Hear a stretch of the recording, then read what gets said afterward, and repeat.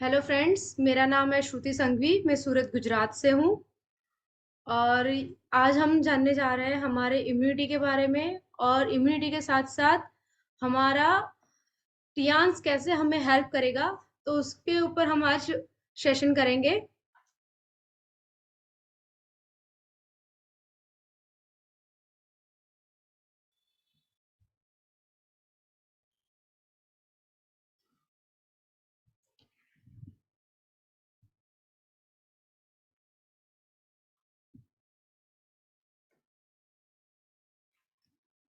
Immunity के बारे में है, तो इम्यूनिटी को आज हमें जानना है। हमें हमारी इम्यूनिटी को कैसे हम बैलेंस कर सकते हैं, वो हमें देखना है। तो देखो, ये ग्राफ दिखाई दे रहा है। तो इस ग्राफ में हमारा इम्यूनिटी की मार्च हमारी एज के हिसाब से दिखाया गया है। जैसे कि बच्चा जन्म लेता है तो उसके अंदर बहुत इम्यूनिटी एकदम अच्छी होती है और बहुत ही सेहतमंद बच्चा पैदा होता है। फिर धीरे धीरे से उसकी इम्यूनिटी थोड़ी डाउन होती जाती है, क्योंकि वो वेदर के साथ साथ उसका बैलेंसिंग लेवल और सब कुछ न्यूट्रिशन जो मिल रहे हैं उसके साथ साथ थोड़ा डल होता है। ताकि छोटे बच्चे आप देखते हैं ना, बार बार उनको सर्दी जुकाम वो सब कुछ होता रहता है। उसके बाद धीरे धीरे से उसका प्रोग्रेस होता है, और फिर आफ्टर 45 के बाद वापस से वो डाउन होने लगता है। तो उसमें हम पहले देखते हैं कि वो कैसे होता है। तो उसमें पहले काम करता है हमारा ब्लड कंपोजिशन, मतलब हमारे रक्त की रचना। हमारी रक्त की रचना में पहले तो तीन पार्ट्स होते हैं। एक प्लाज्मा, एक व्हाइट ब्लड सेल्स और एक रेड ब्लड सेल्स। हमारी बॉडी में जो ब्लड है उसमें से 55% हमारी बॉडी में प्लाज्मा होते हैं, 4% जितने व्हाइट ब्लड सेल्स होते हैं, और 41% रेड ब्लड सेल्स होते हैं। तो प्लाज्मा क्या करता है? तो plasma is pale yellow in colour and is responsible for transporting blood cells and proteins, nutrients, vitamins, minerals and hormones throughout the body। मतलब वो क्या काम करता है? तो पहले प्लाज्मा का रंग एकदम लाइट येलो जैसा होता है, जो हमारे बॉडी बॉडी के पूरे रेड सेल्स और प्रोटीन, पोषक तत्व, विटामिन, मिनरल्स और हॉर्मोन्स के ऊपर निर्भर रहता है।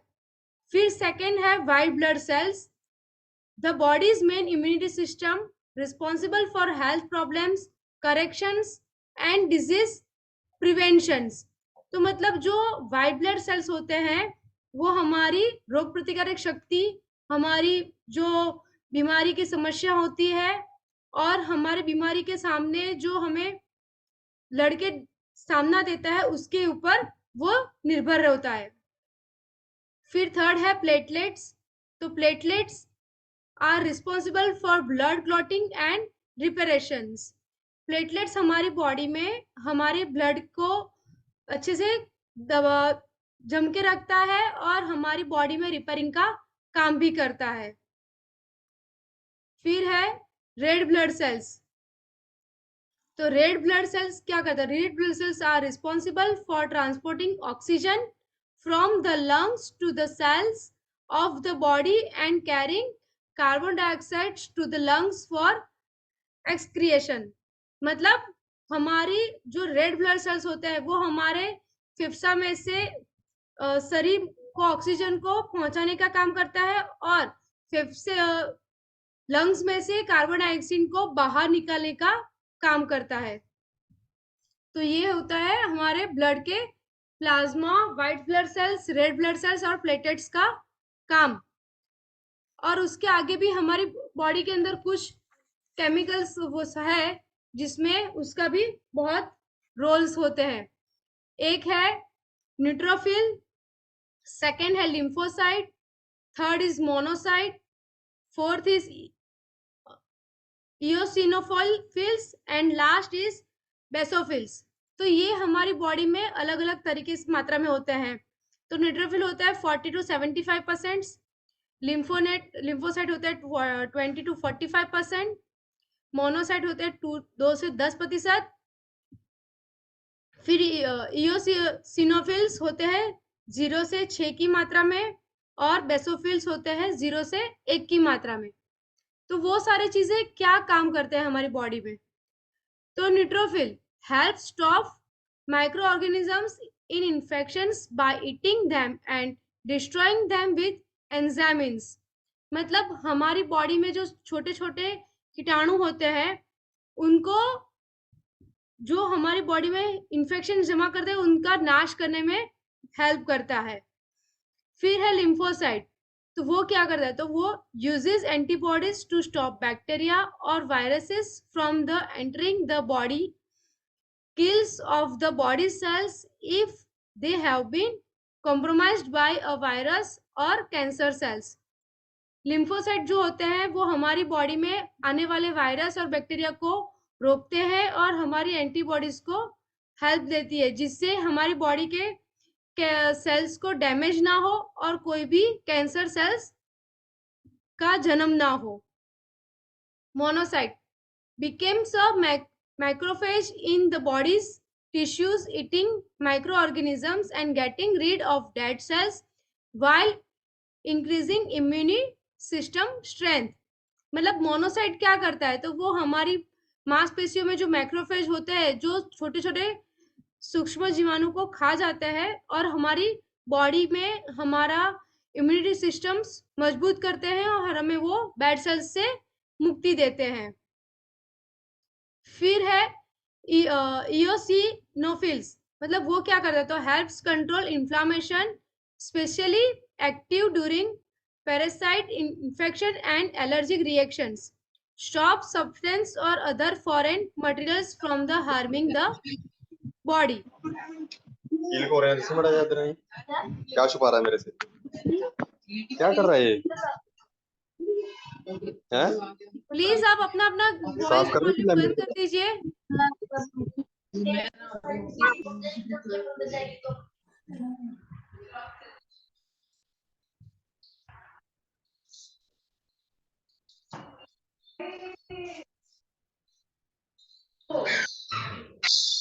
क्या?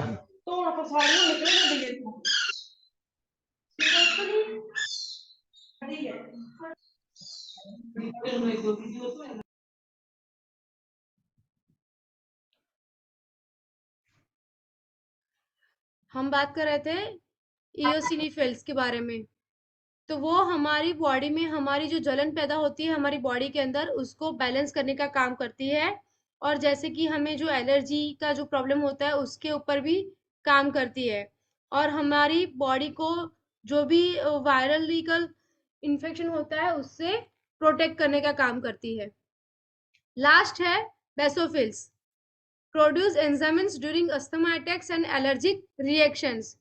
मतलब जो हमारी बॉडी में अस्थमा का जो अटैक होता है उसके ऊपर और हमारे एलर्जी के सिस्टम पर काम करती है, जिसको रोकने का काम करती है। बहुत ही पॉपुलर एंड्रयू वेल है, जिन्होंने 2 बुकें लिखी थी। एक है डॉक्टर योरसेल्फ एंड दूसरी है स्पॉन्टेनियस हीलिंग। तो उसमें ऐसा क्या लिखा है कि जिससे हमें हेल्प मिल सकती है? तो उसमें लिखा है the art of medicine consists in amusing the patient while nature cures the disease. मतलब वो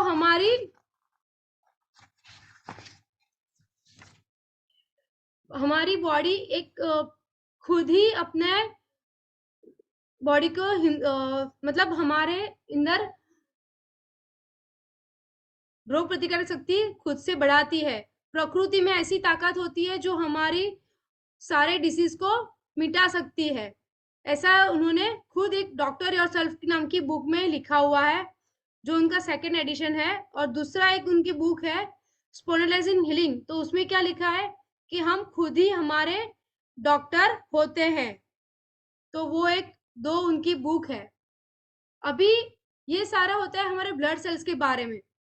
तो वो ब्लड सेल्स कैसे डैमेज होते हैं तो उसके बारे में जाने, तो वो होता है free radicals attacks and oxidative stress, जिससे हमारे बॉडी को तकलीफें होती है। जैसे कि न्यूट्रिशन मतलब पोषक तत्व। हमारे आसपास बहुत सारे पोषक तत्व है, लेकिन ऑक्सीडेटिव तनाव की वजह से हम वो सारी चीजें नहीं पा सकते। तो उससे क्या होता है, हमें हमारा आहार भी अच्छा नहीं मिलता और हमारी लाइफस्टाइल भी थोड़ी बिगड़ जाती है। तो उससे क्या मिलता है हमें, हमारी हेल्थ नादुरुस्त हो जाती है। जैसे कि हम इसमें दिखाई दे रहा है कि रेडिकल्स किन किन से होते हैं, फ्री रेडिकल्स। तो यूवी लाइट्स जो हमारी बॉडी के डीएनए को डैमेज करती है, जलन वो भी हमारे बॉडी के डीएनए को डैमेज करती है, स्मोकिंग करने से भी हमारे डीएनए डैमेज होते हैं, एयर पोल्यूशन से भी डैमेज होते हैं और रेडिएशन से भी हमारे बॉडी के सेल्स डैमेज होते हैं। तो आखिर में वो चीज है क्या, व्हाट इज फ्री रेडिकल्स? वो रेडिकल्स चीज है क्या कि जिससे हमें इतना तकलीफें होती है? तो इसमें लिखा हुआ है कि free radicals reactive oxygen species and reactive nitrogen species are generated by our body by various endogenous systems exposed to different physiochemical conditions or pathological states. A balance between free radicals and antioxidant is necessary for proper physiological functions. If free radicals overwhelm the body's ability to regulate them, a condition known as oxidative stress ensues. Free radicals thus adversely alter lipids, proteins and DNA and trigger a number of human disease. मतलब जो रुक्त radical जो होते हैं वो प्रतिक्रियाशील oxygen जातीय और प्रतिक्रियाशील नाइट्रोजन जातीयों से द्वारा हमारे शरीर में ऊर्जा उत्पन्न करते हैं। लेकिन ये सारी परिस्थितियां कब उसमें आती है, जब योग्य शरीर कार्य और मुक्त रेडिकल एंटीऑक्सीडेंट के साथ संतुलित होना जरूरी है। अगर वो खुद से संतुलित नहीं होते हैं तो हमारे बॉडी की कार्य क्षमता को वो छीन लेते हैं, जिससे वो मुक्त रेडिकल में खड़े होते हैं और वो पहचाने जाते हैं ऑक्सीडेटिव स्ट्रेस के रूप में। तो वो क्या करते हैं, वैसे तो वो मुक्त रेडिकल्स हमारे लिपिड्स, प्रोटीन्स और डीएनए में मिलके सारे बॉडी के अंदर चेंजेस कर दे देते हैं और हमारी बॉडी को रोग वाला मतलब बहुत ही इनबैलेंस बना देते हैं और हमें पूरा हमारा स्वास्थ्य डिस्टर्ब हो जाता है। तो ये उसका पोस्चर है। फिर आगे है ऑक्सीडेटिव स्ट्रेस। तो ऑक्सीडेटिव स्ट्रेस से क्या होता है, ऑक्सीडेटिव स्ट्रेस और फ्री रेडिकल एक दूसरे के साथ कनेक्टेड होते हैं और उससे हमें क्या होता है कि हमारी बॉडी की जो सेल्स होते हैं वो डैमेज होने शुरू हो जाते हैं और धीरे धीरे हमारा प्रोटीन्स और हमारा लिपिड प्रोफाइल को भी नुकसान हो जाता है, जिससे हमें संधिवा, कार्डियक और वस्कुलर जैसे डिसफंक्शन होने लगते हैं। साथ साथ में कैंसर जैसे प्रोग्राम भी हमारी बॉडी में शुरू होने लगते हैं और उससे हमें जलन, स्टार्टिंग हमारी जलन से होती है, मतलब छोटे से जलन से शुरू होके वो सारा मेजर रूप हमारी बॉडी में ट्रांसफर होता है। जैसे कि free radicals can damage DNA leading to mutation. If the cells is unable to repair the damage, it will be deterioration resulting in tumor development by closing cell cycle control. मतलब जैसे जैसे हमारे DNA damage होने लगते हैं जब वैसे वैसे उसमें गांठें उत्पन्न हो जाते लगती है और अगर वो सेल्स हमें अच्छे से बैलेंस नहीं होती है तो उसमें हो जाता है कि वो गांठें कैंसर का रूप भी ले सकते हैं। जैसे कि इसमें दिखाई दे रहा है कि कैंसर कैसे होता है कि जो सेल्स हमारे होते हैं वो सेल्स को रिपेयरिंग में जाते हैं, अगर वो रिपेयरिंग अच्छे से नहीं होता है तो उसमें वो सेल्स को बहुत ही पुअर होने लगते हैं, उसका रिपेयरिंग फेल हो जाता है तो वो गांठे का रूप लेते हैं और वो गांठे आगे भी हमारे इम्यूनिटी सिस्टम को डाउन करते हुए वो पूरा कैंसर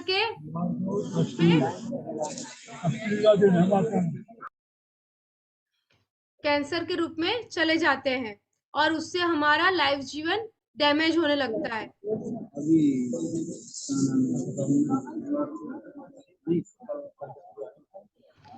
2004 के अप्रैल के मैगजीन में, टाइम मैगजीन में द सीक्रेट किलर नाम का आर्टिकल आया था। उसमें लिखा हुआ है कि जलन कैसे हमारे हार्ट अटैक, कैंसर और अल्जाइमर जैसे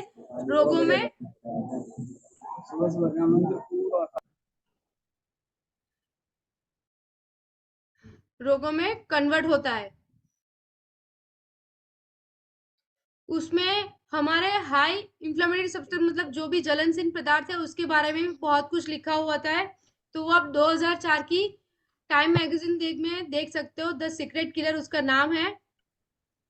अभी लो इम्यूनिटी और ऑटो इम्यूनिटी वो कैसे एक दूसरे से कनेक्टेड है। तो inflammation is an immunity reaction, मतलब जो जलन होती है वो हमारे इम्यूनिटी सिस्टम को कैसे डैमेज करती है। अगर वो नॉर्मल है, इसमें उसके पीएच वैल्यू के हिसाब से दिखाया गया है, नॉर्मल होता है तो वो सेल्फ हीलिंग भी हो सकता है और फिर उससे हमारे बॉडी में जो जलन है वो हम खुद भी कंट्रोल कर सकते हैं और हमारे ऑर्गन्स उससे कोई डैमेज नहीं होता है। लेकिन अगर वो बहुत ही लो हो जाता है हमारा इम्यूनिटी सिस्टम उससे, तो हम जल्दी बीमार भी हो सकते हैं। हमारी वो जलन ज्यादा जलन में भी कन्वर्ट हो सकती है और हमारे ऑर्गन्स में भी वो डैमेज शुरुआत कर लेते हैं। अगर वो जलन बहुत ही ज्यादा हाइपर हो जाता है तो वो ऑटोइम्यून डिसऑर्डर में भी कन्वर्ट हो सकता है। और अगर बार बार जलन होने लगे और फ्रिक्वेंटली होने लगे तो वो हमारे बॉडी को बहुत ही इफेक्ट करते हैं और हमारे ऑर्गन्स को भी डैमेज करना शुरू कर देते हैं। Cause of low immunity. तो लो इम्यूनिटी होती क्या है, उससे क्या होता है?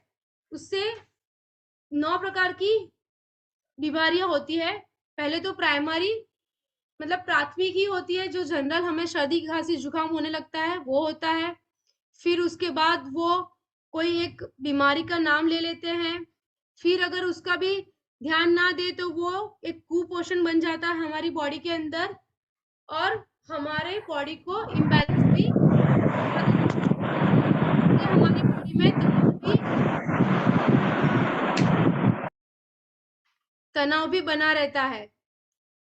अगर बार बार सर्दी जुकाम होता है तो हम भी थोड़ा हमारा बैलेंस बिगड़ता है और हमें तनाव जैसा होने लगता है।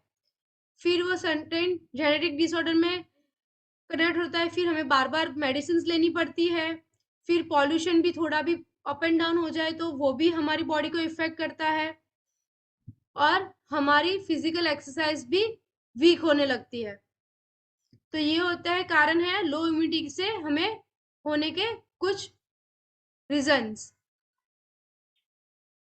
फिर ऑटोइम्यूनी डिसऑर्डर में क्या क्या है? एक तो हमारे ब्रेन को डिस्टर्ब करता है, थायराइड ग्रंथि में भी डिस्टर्ब करता है, हमारे बॉन्स में डिस्टर्ब करता है, हमारे मसल्स में करता है, हमारे स्किन के ऊपर, हमारे लंग्स, नर्वस सिस्टम्स, हमारे जीआई ट्रैक्ट, ब्लड, सब में इफेक्ट करता है क्योंकि वो हमारे हेल्थी सेल्स को डैमेज कर देता है। जैसे कि type 1 diabetes, arthritis, psoriasis arthritis, multiple sclerosis, systemic lymphosis, inflammatory bowel disease, Graves disease and myasthenia gravis. ये सारी बीमारी जो है वो हमारी ऑटो इम्यून डिसऑर्डर है, जिससे ऐसा होता है कि ये सारी बीमारियां खत्म ही नहीं होती है, लेकिन इससे भी हमें बच के रह के आगे बढ़ना है। तो वो कैसे करेंगे, तो उसके बारे में हम आगे देखेंगे कि हमें न्यूट्रिशन कैसे मिल सकता है। तो पहले तो हमें हमारी इम्यूनिटी को इम्प्रूव करना है, हमारे मेटाबॉलिज्म को भी एनहेंस करना है। जैसे कि हमें सारे न्यूट्रिशंस वो सब कुछ मिलने चाहिए, हमारी बॉडी को उससे बहुत ही ताकतवर बनाना है और उनको इतना मिनरल्स वो देना है जिनसे हमारे डीएनए डैमेज ना हो। ऐसी चीजें हमें हमारी बॉडी को देनी है।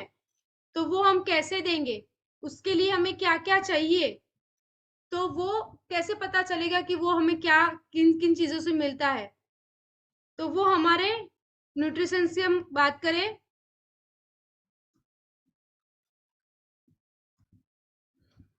तो एंटीऑक्सीडेंट्स और इन्फ्लेमेटरी और हमें ट्यूमर से बचने के लिए हमारी बॉडी को क्या क्या चाहिए, तो वो इसमें लिखा हुआ है कि beta carotene, vitamin C, E, vitamin D3, selenium, zinc, magnesium, resveratrol, curcumin, quercetin, allicin and many more. ऐसी बहुत सारी चीजों हमें डेली तौर के हमारी बॉडी को देनी चाहिए, ताकि हमारी बॉडी में कोई भी गांठें ना हो और हम उन सारी चीजों से बच पाए। तो ऐसी चीजें हम कहाँ ढूंढने जाए?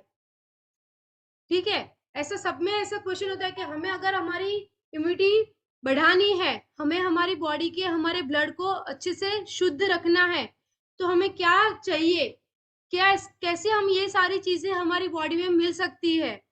तो उस हिसाब से हमारे टियान्स के पास कुछ प्रोडक्ट है जिससे हम उससे उसका कंज्यूम करके हम हमारी बॉडी को, हमारे डीएनए को बचा सकते हैं। जैसे कि ग्रैप एक्सट्रैक्ट, तो जो हमारी ओपीसी में है, ओमेगा 3, ओमेगा लाइफ हमारा है, coenzyme Q10, zinc, green tea extract मतलब टीपोली हमारी, स्पिरुलिना, कॉर्डिसेप्स और चिटोसन अभी अवेलेबल नहीं है, लेकिन शॉर्ट में आ जाएगी तो मिल पाएगी।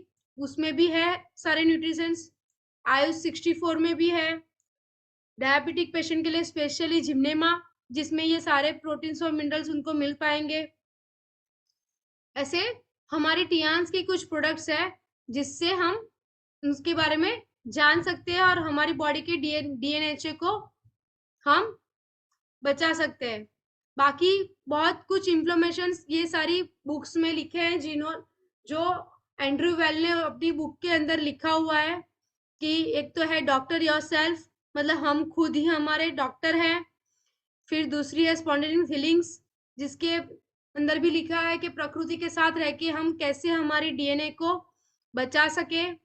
फिर थर्ड बुक है don't let your doctor kill you, how to beat physician, arrogance, corporate greed and a broken system, मतलब हमारी जो ब्रोकन सिस्टम है उनसे हम कैसे बच पाए। तो ये सारे हैं हमारे टियान्स के प्रोडक्ट के द्वारा हम हमारी बॉडी के डीएनए को बहुत ही बैलेंस कर सकते हैं और हमें खुद ही हमारे डीएनए को बचाना है। तो ऐसे हम अपनी डीएनए से लड़ना है और हमारी इम्यूनिटी सिस्टम को स्ट्रांग बनाना है। बहुत सारी सप्लीमेंट हमारे पास है, लेकिन उनमें से सामने वाले को कैसे क्या चाहिए, उनकी बॉडी क्या रिफर कर रही है, उसके लिए हमें उस हिसाब से उनको कुछ सब कुछ देना होता है। तो अभी किसी को कोई भी क्वेश्चन हो तो आप रेज हैंड कर सकते हैं, ताकि हम उनके क्वेश्चन के आंसर दे पाए। Anyone have questions?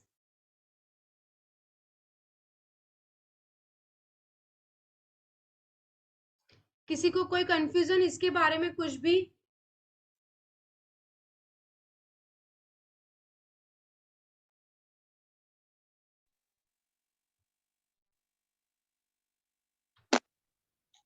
Good morning all of you. Good morning.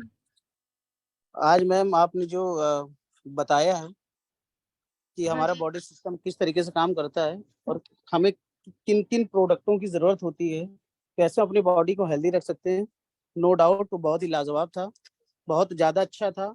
अगर किसी ने इसको ठीक से सुना होगा तो जाहिर सी बात है कि वो अपने आप को और अपने पड़ोसियों को, अपने मिलने वालों को वो बचा सकता है, उनकी लाइफ को। मैम मैं एक क्वेश्चन ये करना चाह रहा था, मेरे मिलने वाले हैं मैम, हाँ। तो उनके मुंह में एक बार अटैक हुआ था और कैंसर हुआ था, स्टेज फर्स्ट उस समय उन्होंने ऑपरेट करवा लिया तो सही हो गए थे। 2 सालों तक उन्हें कोई प्रॉब्लम नहीं थी, लेकिन मैम अभी कुछ दिन पहले क्या हुआ कि अभी 8-10 दिन पहले उनके मुंह में एक हल्का सा छाला निकला। मेरा मेडिकल स्टोर है तो मैंने अपने मेडिकल स्टोर के होते हुए उनको स्पोरिडाक्स एंटीबायोटिक और एक पेन किलर और लाइकोपिन दिया हुआ था, जिससे उनको आराम मिल जाए। उन्होंने 5 दिन खाया तो 5 दिन उन्हें बहुत आराम रही, मुंह में स्वेलिंग वगैरह भी नहीं थी, लेकिन वो जो छाला था वो नहीं सही हुआ। तो अभी 10 दिन से उनके चेहरे में बहुत ज्यादा स्वेलिंग है, एक तरफ, वन साइड, जिधर ऑपरेट हुआ था उधर स्वेलिंग है। तो मैम क्या मैं उनको टियान्स के प्रोडक्ट दे के ठीक कर सकता हूँ?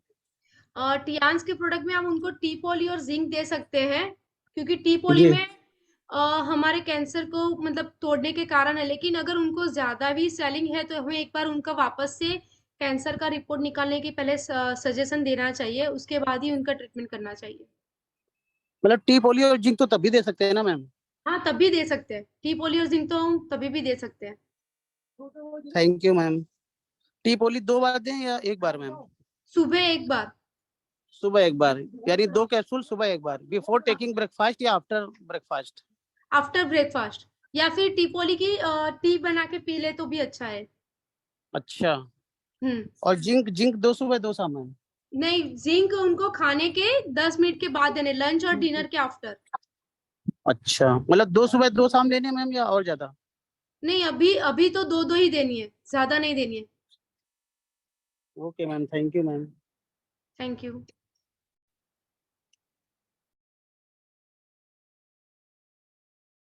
और क्वेश्चंस में है? Thank you all of you, आप लोगों ने मुझे अच्छे से सुना, उसके लिए thank you so much. Thyroid में क्या सप्लीमेंट दे सकते हैं? तो थायराइड में ओपीसी, जिंक, ये दो तो मस्ट ही है। उसके बाद आगे के लिए हम पर्सनल चैट करके बात करेंगे। प्रोस्टेट बरिश के लिए क्या दे डोज के हिसाब से? एज 64, पहले तो एज 64 है, प्रोस्टेज है, तो उनके लिए उनको बहुत सारे कुछ अच्छे से सप्लीमेंट देने होंगे। उनका रिपोर्ट्स पहले से अच्छे से पढ़ना पड़ेगा, तो वो बाद में हम सर के साथ कनेक्ट करके कैसे उनको ट्रीट करना है तो वो देखेंगे हम लोग। Thank you so much everyone.